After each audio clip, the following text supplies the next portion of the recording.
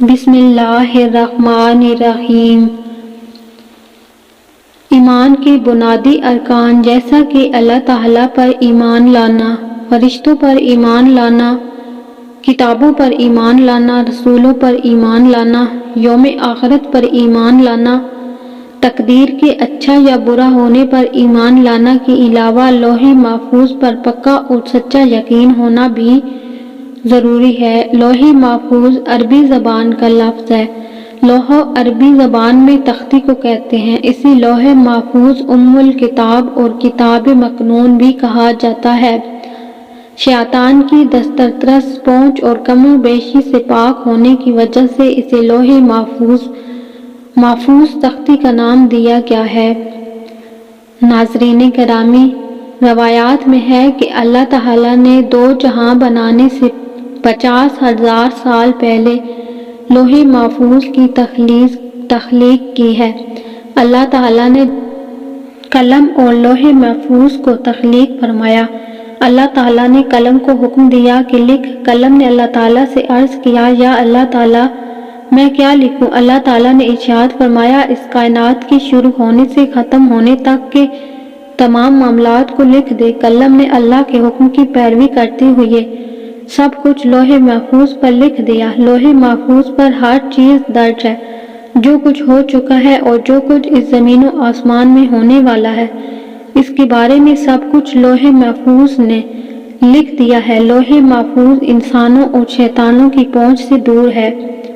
کوئی بھی جن و انسان لوح محفوظ تک نہیں پہنچ سکتا۔ صحیح بخاری میں بیان کیا گیا ہے کہ اللہ تعالیٰ کے آخری نبی صلی اللہ علیہ وآلہ وسلم نے فرمایا کہ اللہ تعالیٰ نے لوح محفوظ پر ہر چیز درج کرنے کے بعد زمین و آسمان کو پیدا فرمایا۔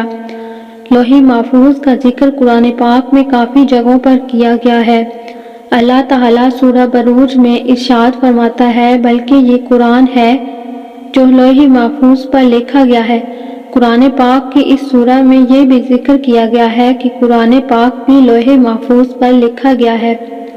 آج جو قرآن پاک کی تلاوت ہم مومن کرتے ہیں، یہ وہی قرآن پاک ہے جس کو اللہ تعالیٰ نے زمین و آسمان بنانے سے 50,000 سال پہلے ہی لکھ دیا تھا۔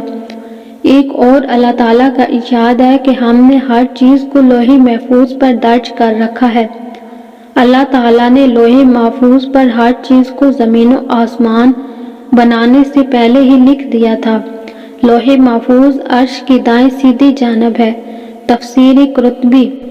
حضرت سیدنا ابن عباس رضی اللہ تعالیٰ عنہ نے فرمایا، اللہ عز و جل نے لوح محفوظ کو پیدا فرمایا۔ اس کی لمبائی 100 سال کی مسافت فاصلہ دوری تھی۔ تفسیر ابن کثیر میں ہے کہ لوح محفوظ کی چوڑائی مشرق و مغرب کے فاصلے کے برابر ہے۔ ناظرین گرامی، لوح محفوظ کس چیز سے بنی ہوئی ہے؟ لوح قلم ان اشیاء میں سے ہے جن کی حقیقی کیفیت اللہ عز و جل اور اس کے بتائے ہوئے سرکار دو عالم صلی اللہ علیہ وآلہ وسلم ہی جانتے ہیں۔ البتہ حدیث میں کچھ کیفیات کا بیان ملتا ہے۔ سرکار دو عالم صلی اللہ علیہ وآلہ وسلم نے ارشاد فرمایا، لوح محفوظ سفید موتی سے بنی ہوئی ہے، اس کے صفحات سرخ یاقوت کے ہیں، اس کا قلم نور اور کتابت لکھائی بھی نور ہے۔ اللہ تعالیٰ ہر روز لوح محفوظ کی طرف 660 بار دیکھتا ہے۔ دنیا کا نظام چلانے والی اللہ تعالیٰ کی ذات ہے۔ اللہ تعالیٰ جو چاہتا ہے کرتا ہے، کسی کو عزت کسی کو ذلت عطا کرتا ہے، کسی کو پیدا کرتا ہے کسی کو دنیا سے اٹھا لیتا ہے۔ اللہ تعالیٰ ہر چیز پر قادر ہے، جو چاہتا ہے وہ کر دیتا ہے۔ لوح محفوظ کی لمبائی زمین سے آسمان کے فاصلے کے برابر ہے۔ اس کی چوڑائی مشرق و مغرب کے برابر ہے۔ لوح محفوظ عرش کی دائیں جانب لٹکی ہوئی ہے۔ اس اصل کے ایک فرشتے کی گود میں ہے۔ حضرت ابن عباس رضی اللہ تعالیٰ عنہ سے مروی ہے کہ لوح محفوظ پر یہ لفظ درج ہے کہ اللہ کے سوا کوئی عبادت کے لائق نہیں ہے، اس کا دین اسلام ہے۔ حضرت محمد صلی اللہ علیہ وآلہ وسلم اللہ کے آخری رسول ہیں۔ جو بھی بندہ اللہ تعالیٰ کی عبادت کرے گا، اس کے نبیوں، رسولوں، کتابوں پر یقین لائے گا، اللہ تعالیٰ اس کو جنت میں اعلیٰ مقام عطا کر دے گا۔ لوح محفوظ پر اللہ تعالیٰ نے حضرت اسرافیل کی ڈیوٹی لگائی ہے۔ ابو سنان فرماتے ہیں کہ اللہ تعالیٰ کے سب سے نزدیک لوح محفوظ ہے جو عرش کے ساتھ لٹکی ہوئی ہے۔ جب اللہ تعالیٰ کوئی کام کرنے کا ارادہ کرتا ہے تو لوح محفوظ پر لکھ دیتا ہے۔ یہ لوح محفوظ حضرت اسرافیل کے ماتھے کو جا لگتی ہے۔ حضرت اسرافیل اللہ تعالیٰ کی عظمت کے آگے اپنے سر کو جھکائے ہوئے ہیں۔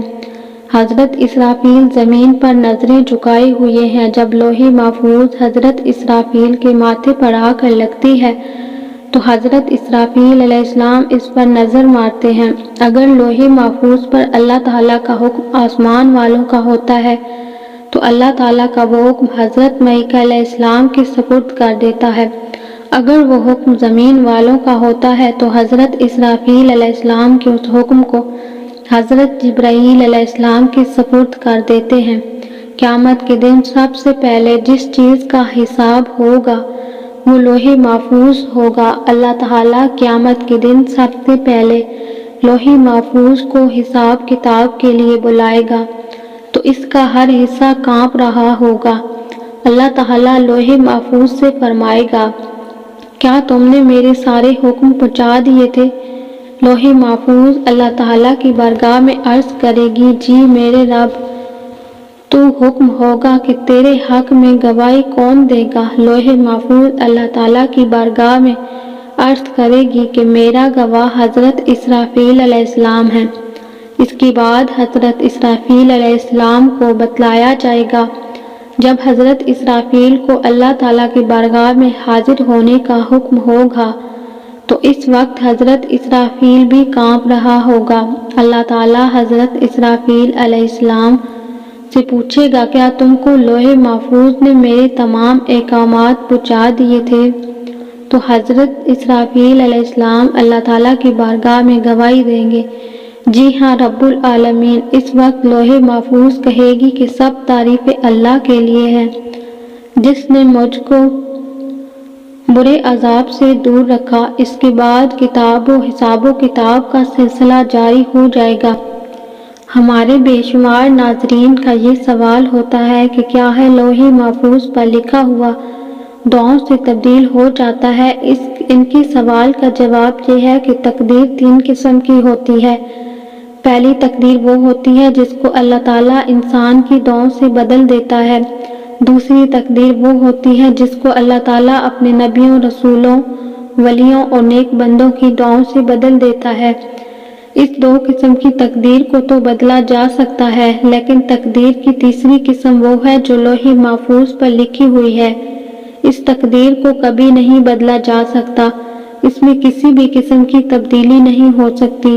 لوح محفوظ پر لکھی گئی تقدیر کو کبھی بھی تبدیل نہیں کیا جا سکتا۔ اللہ تعالیٰ سے دعا ہے کہ اللہ تعالیٰ ہم کو شریعت محمدی صلی اللہ علیہ وآلہ وسلم کے مطابق زندگی گزارنے کی توفیق عطا فرمائے، آمین۔